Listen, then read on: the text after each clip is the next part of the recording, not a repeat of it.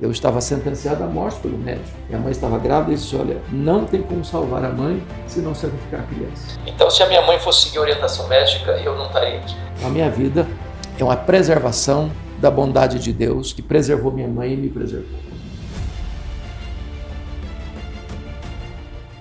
Bem-vindo, pessoal, a mais um VNcast, né? A gente está aqui prestes a começar a ouvir a pregação do pastor Hernandes Dias Lopes, que está aqui com a gente hoje. É um prazer estar com o senhor aqui. Privilégio, Alex. Muito obrigado por o senhor ter aceitado o nosso convite, estar junto com a gente aqui. E aí a gente vai fazer algumas perguntas para o pastor, baseado em toda o que nós temos escrito aí no nosso VNcast desde o início. Pastor, hoje a gente sabe que o nosso Deus é o mesmo Deus de ontem. Exato. É o mesmo Deus de Abraão, de Jacó, de Isaac, é o mesmo Deus das promessas, é o mesmo Deus que fez as maravilhas que fez com Moisés, com Josué. Mas muitas vezes as pessoas acham que isso ficou ali na palavra, ficou ali na Bíblia, né?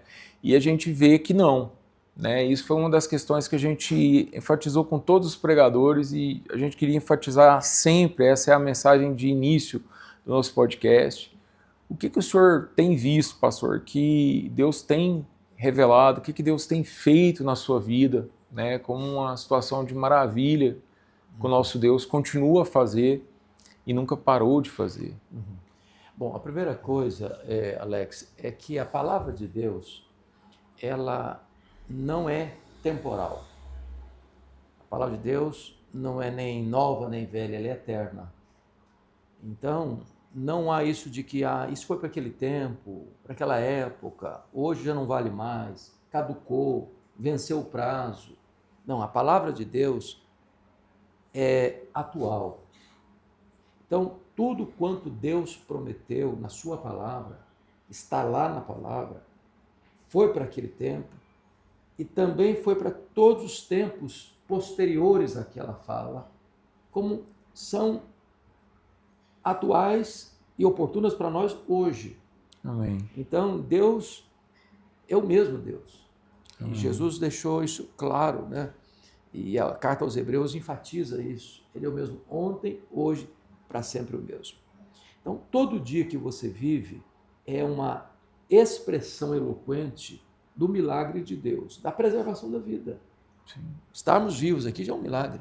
Sim. A Bíblia diz, nele vivemos, nos movemos, existimos, ele que nos dá a vida, a respiração e tudo mais. Amém. Então, é impossível não ver Deus, as digitais do Criador, na obra da criação.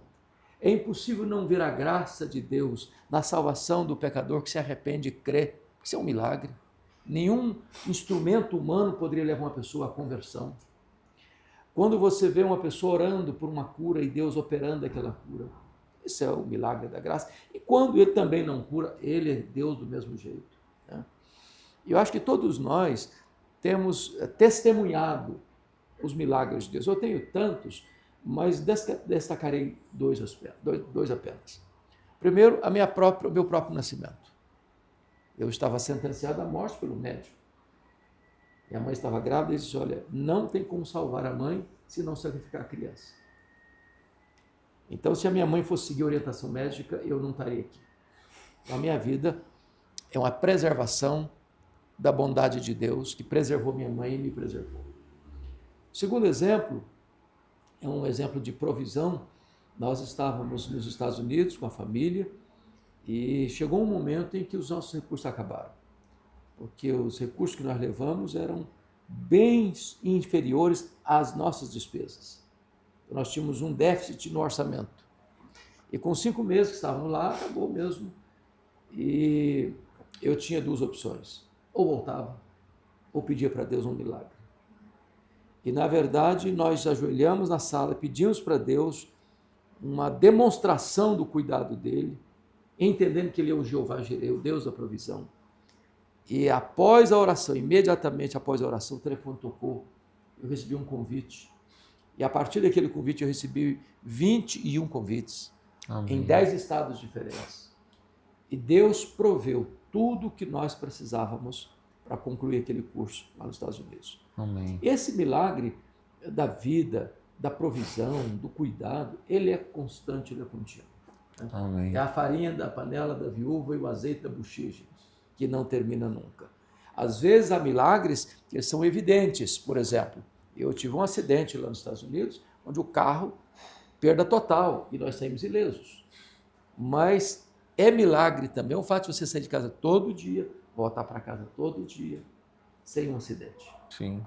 Então, a promessa de Deus está de pé e Deus está presente. Amém, pastor. Edificado pela sua história. Essas histórias que a gente escuta de pregadores, a gente tem uma certa admiração, vivifica a gente, nossa fé. E eu não tenho palavras para agradecer a presença do senhor aqui. Já vou emendar com outra pergunta. Pastor, eu queria que o senhor falasse um pouco sobre o livro do senhor Guerra Espiritual. Eu queria entender a visão do senhor sobre essa guerra que a gente tem agora no Carnaval. Sim. Porque a gente sabe que é uma festa da carne e muitas coisas acontecem nessa época. 9 meses depois, Deus tem trabalhado. O que o senhor acha? Bom, primeiramente eu quero dizer que a Bíblia ensina esse assunto. E nós cremos que a Bíblia é a palavra de Deus. Então, o que a Bíblia ensina não tem como negar. Então, a Bíblia fala de uma luta espiritual. A nossa luta não é contra carne e sangue, ou seja, não é contra pessoas, mas contra principados, potestades, dominadores deste mundo tenebroso, forças espirituais do mal. A Bíblia diz que nós temos que ficar acautelados sobre as ciladas do diabo. Essa palavra ciladas é a palavra grega metodeia, de onde vem a palavra método, estratagema. Então, nós lidamos com um inimigo invisível, maligno, poderoso, não todo poderoso, poderoso, astuto, que está por aí nos acompanhando 24 horas por dia, tentando nos enredar, tentando nos levar a uma queda, a um fracasso. Então, isso é um fato, isso é um fato.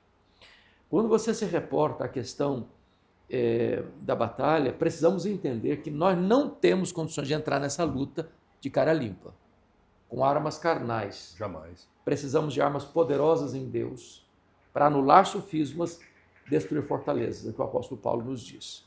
Precisamos estar trajados com toda a armadura de Deus. Por quê? Porque esse inimigo, ele é sutil, ou seja, ele busca encontrar em nós um flanco. Às vezes o problema é dinheiro, às vezes o problema é sexo, às vezes o problema é vaidade, ou seja, ele pesquisa, ele tem estratagemas. Às vezes ele age por pressão, às vezes ele se esconde atrás de situações. Então precisamos estar apercebidos. Com respeito ao Carnaval, eu creio que este ano está claro, está posto, sem rodeios, sem subterfúgios. O que é o Carnaval? O que é o Carnaval? Porque está se fazendo apologia a Satanás. Apologia clara, aberta, declarada. Então, a Igreja de Deus precisa perceber que não dá para você achar uma coisa normal, apenas uma festa popular, que é apenas uma questão cultural, que é apenas uma diversão. Eu escrevi um artigo essa semana sobre a questão do Carnaval, onde eu trato dessa questão de 3 maneiras. Primeiro, alertando para esse perigo. Segundo, alertando as autoridades constituídas que despejam valores, recursos altíssimos para patrocinar isso, né? Os impostos, inclusive, do povo evangélico. Então, nós estamos com os nossos impostos patrocinando esse tipo de atividade, que não é cultural apenas, é extremamente religiosa. E hoje ficou claro pela apologia que muitas escolas de samba no Brasil todo estão fazendo apologia a Satanás. E precisamos alertar as pessoas sobre isso, porque o saldo é muito alto de prejuízo, né? De pessoas que se embriagam, de pessoas que são introduzidas às drogas, de pessoas que se prostituem, de doenças venéreas, de tantas coisas que vão resultando desta chamada festa do Carnaval, para a ruína da família e enfraquecimento da nação brasileira. E, finalmente, é preciso entender que, como disse, a festa da carne. Isso é trazer a Roma antiga para a atualidade. E certamente aqueles que estão envolvidos com isso sofrerão as penalidades e consequências, se não dos homens, certamente de Deus.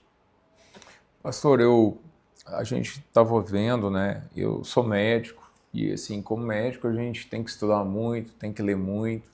Mas me admirou muito quando eu fui pesquisar e vi que o senhor tinha escrito mais de 180 livros. Hoje é 190. 190. 195. Isso é uma situação assim que realmente a gente vê que é uma obra de Deus na vida do Senhor, do Espírito Santo, para dar sabedoria.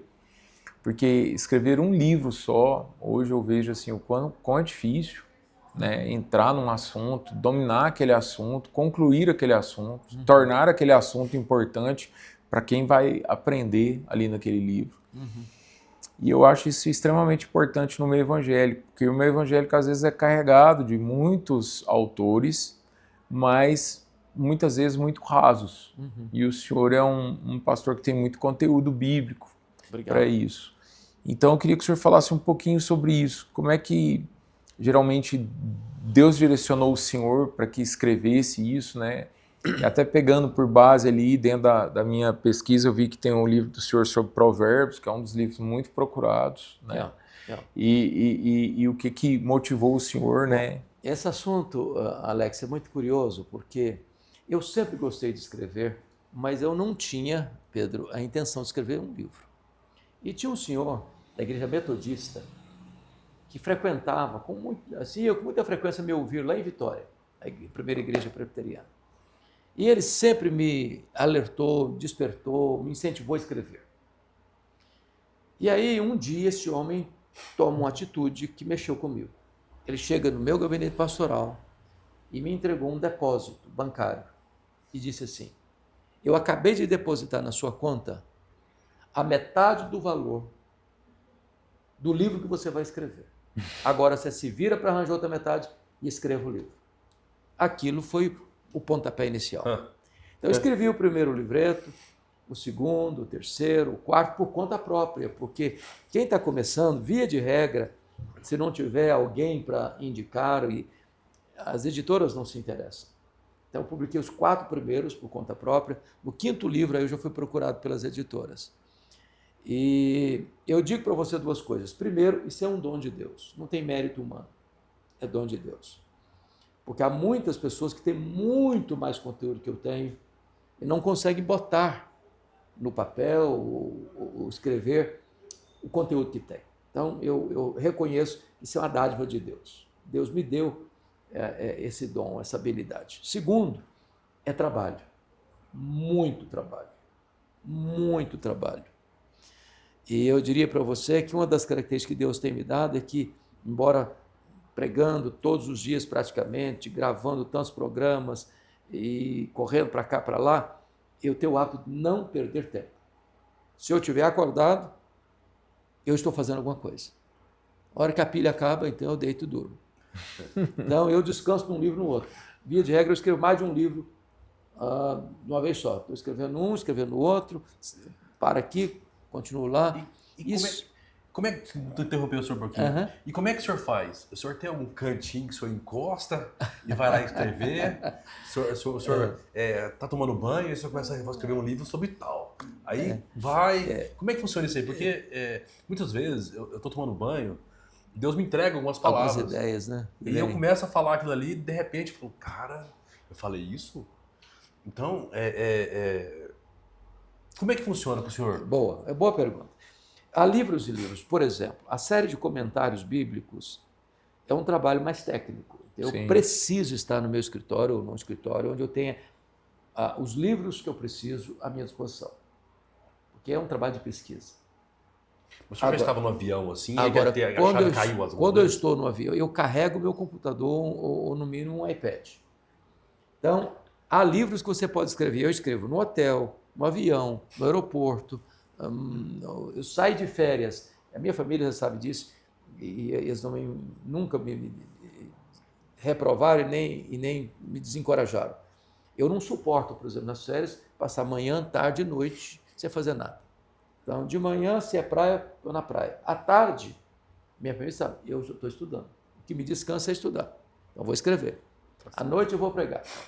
Então, e eu não estou dizendo que isso é modelo para ninguém, não. Acho que não.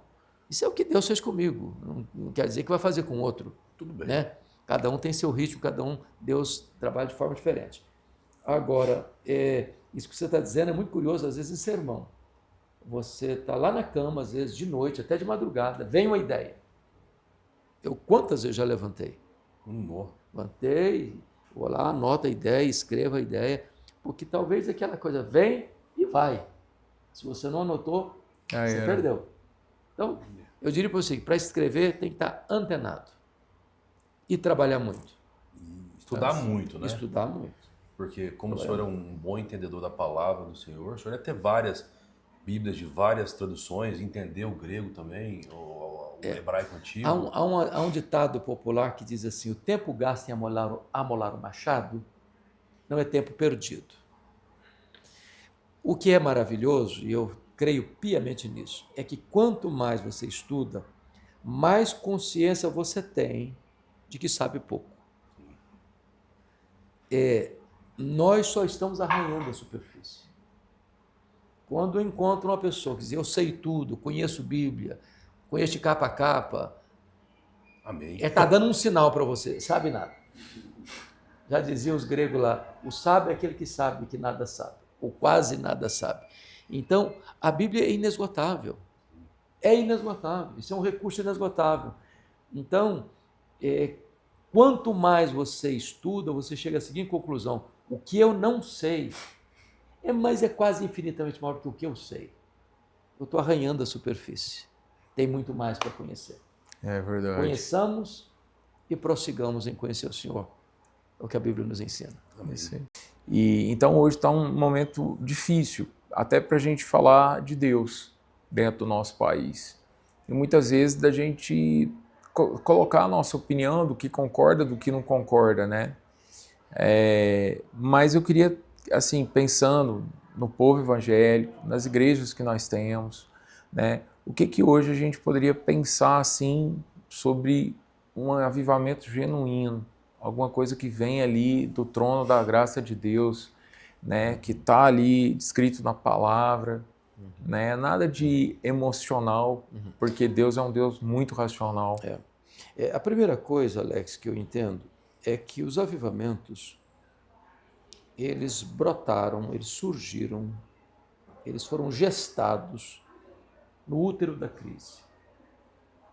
É quando a igreja tem consciência da sua crise espiritual, da sua superficialidade espiritual, é que entra o que os puritanos chamavam de agonia do arrependimento. O avivamento nasce com choro pelo pecado. E é por isso que eu entendo que o avivamento é precedido por aquilo que nós poderíamos chamar de uma reforma espiritual. Porque é claro que tem muita coisa linda de Deus acontecendo na nação brasileira, no campo evangélico. A igreja evangélica é um fenômeno de crescimento reconhecido no mundo todo. Eu li um livro essa semana de um sociólogo que afirmou, numa pesquisa que fez, nós temos mais de 104 mil igrejas, nomes de igrejas diferentes no Brasil. Muitas delas são criadas por aventureiros da fé, por camelôs da fé, com propósitos outros que não a pregação genuína do Evangelho. Então, há, de certa forma, muitas vozes. Agora, é necessário que a igreja, cada dia, reveja a sua história, a sua vida, o que ela crê, o que ela prega, o que ela ensina, para verificar se isso está realmente de acordo com a palavra de Deus. Os reformadores tinham um lema: igreja reformada, sempre reformada. O que eles queriam dizer com isso? Eles queriam dizer que toda igreja, em todo o tempo, precisa fazer um check-up, né? Um check-up para saber se o que nós estamos pregando, se o que nós estamos vivendo é o que a Bíblia está ensinando, para não correr o risco de um desvio. Sim. Então, em havendo isso, eu creio que nós experimentaremos um grande avivamento. É claro que os avivamentos nem sempre são generalizados. Sim. São localizados. E você tem visto, e eu tenho visto, rodando pelo Brasil, já preguei em todos os estados brasileiros, em mais de 1.500 igrejas das mais diversas denominações, e tenho visto verdadeiros milagres da graça de Deus, igrejas pujantes, igrejas que estão crescendo. Esta igreja aqui é um exemplo disso. Então, eu creio piamente no avivamento. Eu creio que nós precisamos buscar a Deus no avivamento, que a água é derramada sobre o sedento, que as torrentes é derramada sobre terra seca, que nós precisamos preparar o caminho do Senhor para que ele se manifeste. Né? Amém. E é muito importante um fato que você mencionou. O evangelho nunca foi popular. Nós não pregamos para agradar as pessoas. O evangelho sempre, sempre, sempre vai ser uma mensagem contra a cultura, numa cultura decadente. Nós somos sal da terra, luz do mundo, mas o evangelho é transformador. Amém. Amém. Ele que transforma a vida, transforma a família, transforma a cidade, transforma a tessitura social, transforma as instituições humanas. Em épocas de avivamento, deixa eu dar um exemplo só. 1904, no país de Gales, o país estava corrompido ao máximo. Jogatina, bebedeira, prostituição, os campos de futebol lotadíssimos, as igrejas vazias. Em 1904, um jovem chamado Evan Roberts entra no gabinete do seu pastor, que era um homem já idoso. Ele estava estirado ao chão, chorando e clamando a Deus, dizendo: Senhor, dobra a minha vida, dobra a minha vida, dobra a minha vida. Aquilo impactou aquele moço. Ele começa a orar por avivamento. Deus visita o país de Gales num poderoso avivamento em 1904. Em 6 meses, 100 mil pessoas convertidas. Este avivamento foi para as universidades americanas, impactou as universidades. Esse avivamento foi para Xangai, na China, impactou Xangai. De Xangai foi para a Coreia do Sul, a Coreia, que hoje é Coreia do Sul, e o que resultou foi profunda transformação, a ponto dos juízes darem luvas brancas uns para os outros, porque não tinha mais crime para julgar. O avivamento traz uma transformação na sociedade, e eu creio que Deus pode fazer isso também aqui no Brasil. Amém. Amém. É ótimo, pastor. Queria agradecer, né, Pedro? Agradecer ao senhor. É uma honra, Prazer, é um privilégio. Foi uma honra, nossa. Ter que estar com a gente aqui, ter esse tempinho. Sei que o senhor vai descer para pregar agora. Quer deixar algum spoiler para a gente aqui? Bom, sobre o assunto? Sobre o assunto. Deixa, foi bom você falar isso. Uma característica minha, acho que o meu príncipe também acompanha aqui, já viu isso. Às vezes eu chego no auditório e eu preparo uma mensagem. Eu chego e olho e oro, eu falei, meu Deus, eu acho que não é essa a mensagem. Então, às vezes eu falo que vou pregar uma coisa, chega lá, eu mudo. Eu corro o risco de mudar. Ótimo, pastor. Mas eu estou com a mensagem no coração, se Deus confirmar, é isso. Mas se não confirmar, vai ser... Tá tudo bem. Tá tudo bem. Valeu, pastor. Obrigado Agradeço por a tudo. todos aí a Um abraço. presença. Obrigado. E eu quero testificar do que ele fez na minha vida, por ser uma pessoa totalmente improvável, vindo de uma família totalmente improvável. Tomei uma medicação com 2 meses de vida, uma medicação que leva à morte. Eu era alérgico, o médico aplicou sem saber. Deus me livrou da morte, me livrou de 2 tentativas de homicídio e depois de tanta coisa ainda me escolheu para ser um obreiro da casa dele. Eu acho que isso é um milagre muito grande.